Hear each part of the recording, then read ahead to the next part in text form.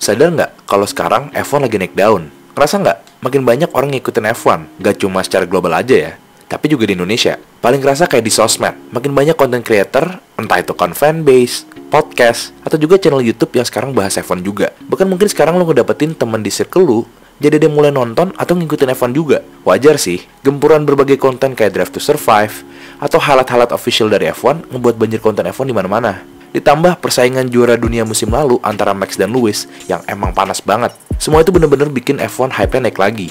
Kayak contoh nih, teman-teman gue dulu yang mungkin tahu F1 sebatas Schumacher atau Ferrari, sekarang jadi ngomongin Verstappen, Hamilton, bahkan Leclerc.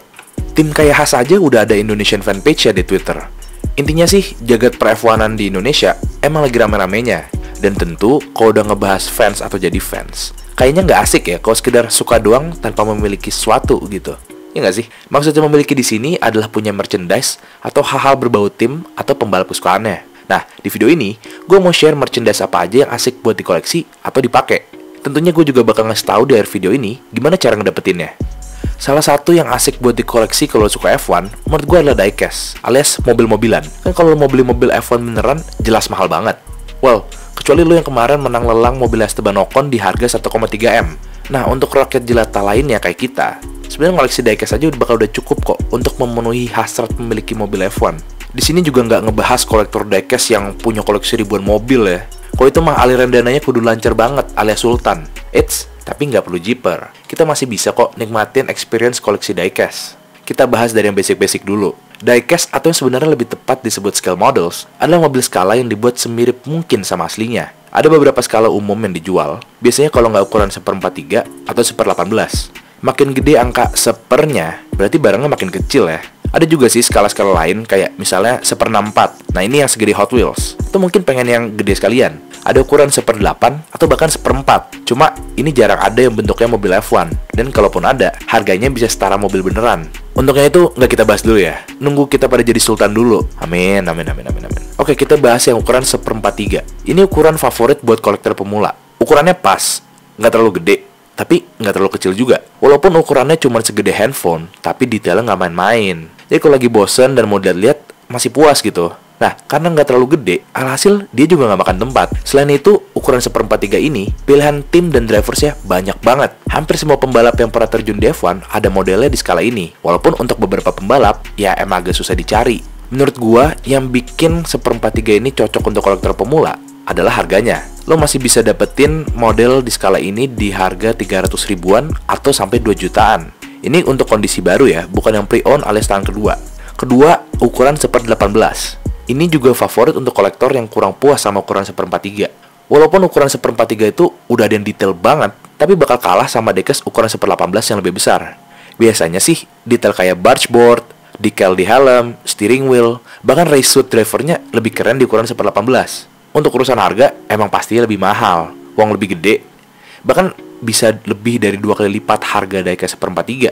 Ini karena beberapa faktor, tapi yang paling berasa untuk kita yang tinggal di Indonesia adalah ongkirnya. Barangnya lebih gede, otomatis volume dan berat packagingnya lebih berat.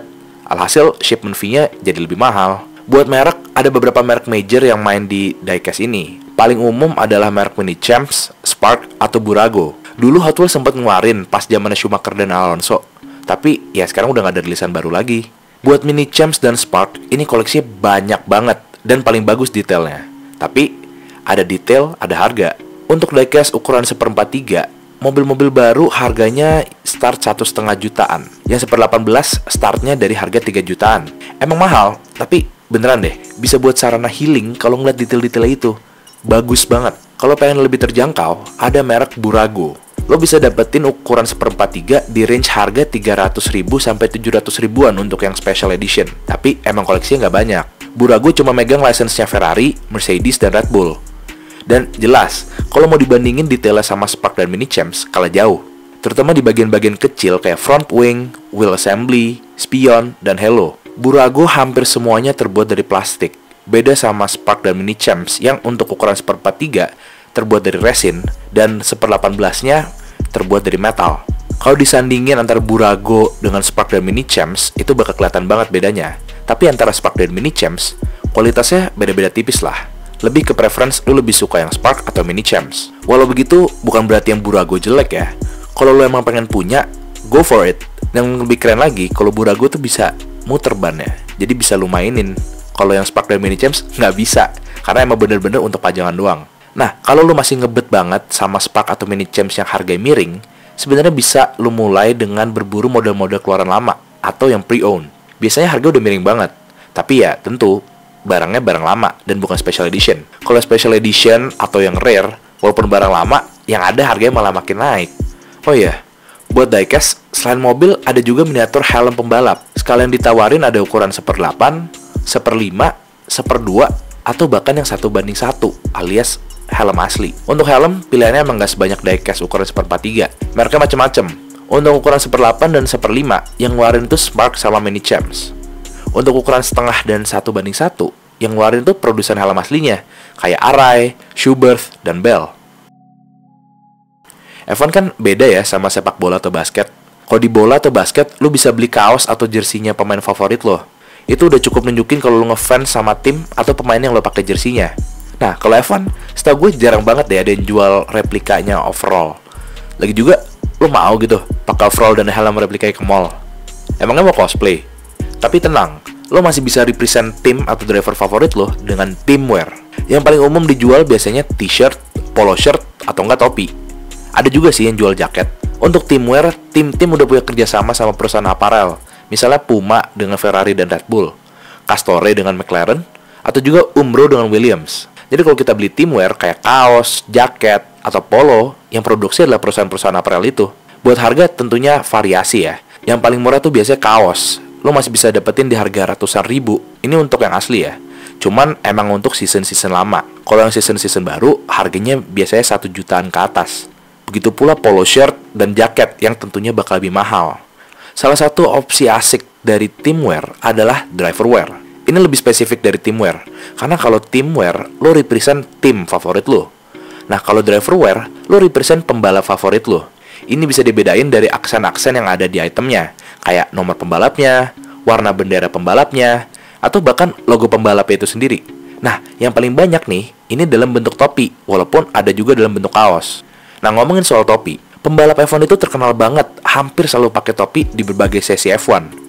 Kayak misalnya pas lagi di interview, jalan-jalan di paddock, bahkan keluar mobil pas mau selebrasi aja hampir selalu dikasih topi. Pas naik podium juga pakai topi kan? Kayak jarang gitu pembalap F1 di paddock gak pakai topi. Tentu topi di sini fungsinya bukan sekedar melindungi dari silau atau panas, tapi juga sebagai sarana untuk ngiklanin tim dan sponsor setiap tim juga. Untuk contoh, Alonso punya brand apparel buatannya sendiri, namanya Kimoa. Coba lu perhatiin, kalau Alonso pakai topi, itu tulisan Kimoa-nya gede banget. You can't miss it. Tujuannya apalagi kalau bukan sekalian jualan brandnya. Jadi secara nggak langsung, pembalap F1 itu jadi identik sama topi. Bahkan saking identiknya, ada topi yang benar-benar melekat sama pembalap. Kayak topi merah Novomatic-nya Om Nick Lauda, atau topi biru nasionalnya Om Ayrton Senna. Dan yang paling recent sih, topi gepengnya Max Verstappen. Nggak heran kalau topi ini benar-benar jadi salah satu item yang paling dicari dan dipakai oleh fans F1.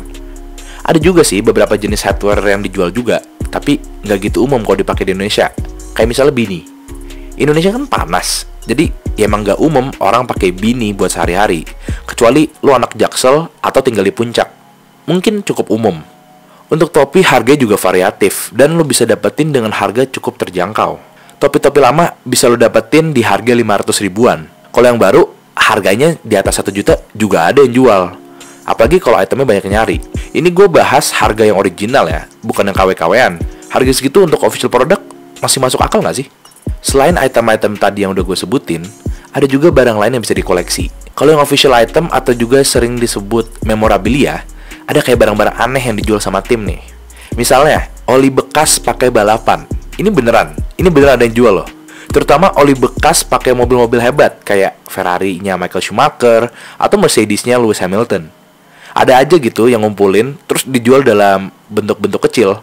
Harganya bisa sekitar 3 jutaan untuk beberapa mili doang. Ini bisa mahal karena emang dapat sertifikat of authenticity, alias dijamin ori barangnya. Emang pernah jadi bagian dalam kesuksesan mobil itu sih, tapi ya tetap aja kan oli bekas men, 3 juta.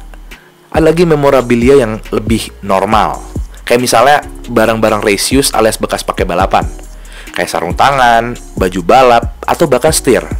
Nah, kalau yang ini, harganya jelas subhanallah. Mahal banget. Wajib dana sultan sih kalau mau beli yang kayak gini. Kalau lo emang masih ngebet banget sama yang race shoes, ada yang lebih murah nih. Part dari mobil yang udah dipotong kecil-kecil, terus dicelup dalam akrilik dan dijual sebagai pajangan. Untuk bodywork yang dipotong ukuran 10x10 cm aja bisa dijual seharga 5 jutaan. Jadi nggak usah dibayangin ya harganya kalau masih dalam bentuk front wing atau end plate. Itu udah bisa buat beli mobil sih duitnya. Ini emang koleksinya buat mereka yang kelas berat dompetnya. Kita yang jelata biasa-biasa aja lah. Tapi kalau emang lo masih ngebet banget atau emang lo sultan, lo coba aja cek f1authentics.com. Di situ suka ada barang-barang aneh yang seperti kita sebutin tadi. Nah, salah satu item yang bisa dilirik karena harga lebih terjangkau adalah barang-barang perintilan kayak postcard, keychain, pin, atau case HP.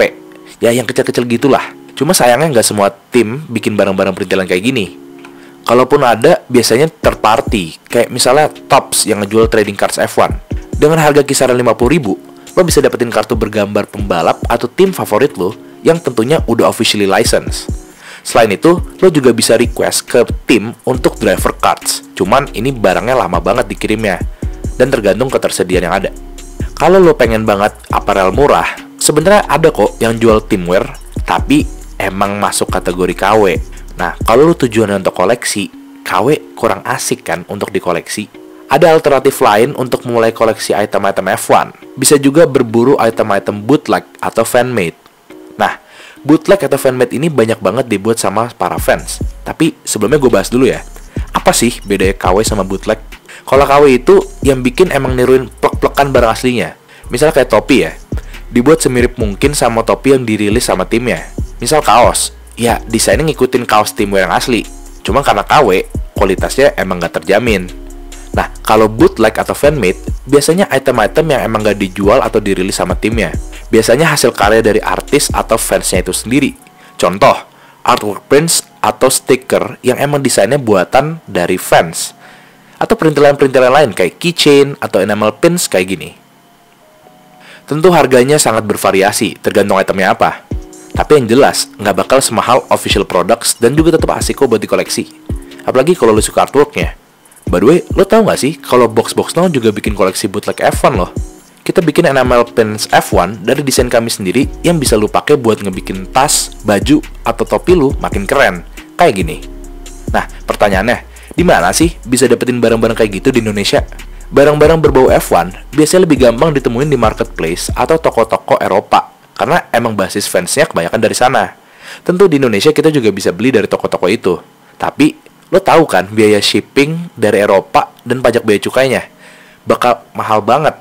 Nah, untungnya, di Indonesia udah ada beberapa toko yang ngejual barang-barang ini di marketplace. Salah satunya Ford Record Store.